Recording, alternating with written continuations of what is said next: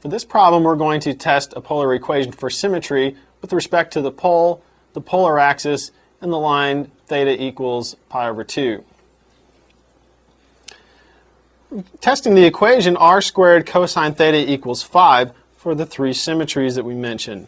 We're going to start by checking for symmetry around the polar axis.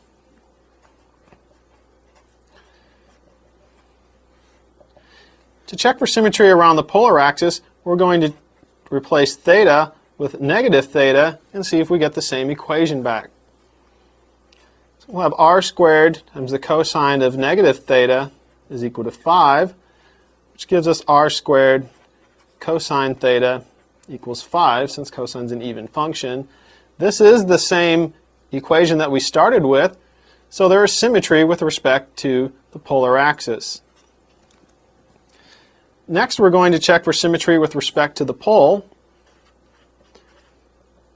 To check for symmetry with respect to the pole, we're going to replace r with negative r and see if we get the same equation back. We're going to get negative r quantity squared times cosine theta equals 5. This gives us r squared cosine theta is equal to 5. This again is the same equation that we started with, and so we have symmetry with respect to the pole. Third symmetry we need to check for is symmetry around the line theta equals pi over 2.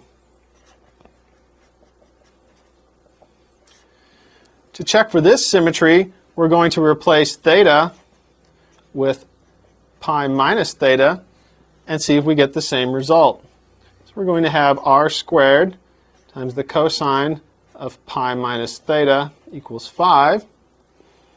That's going to be r squared times the cosine of pi times the cosine of theta minus plus the sine of pi times the sine of theta is equal to 5. We'll get r squared times negative cosine theta is equal to 5, or negative r squared cosine theta is equal to 5. This is not the same equation that we started with, so this fails our test. However, all we can say at this point is that it may or may not be symmetric around the line theta equals pi over 2.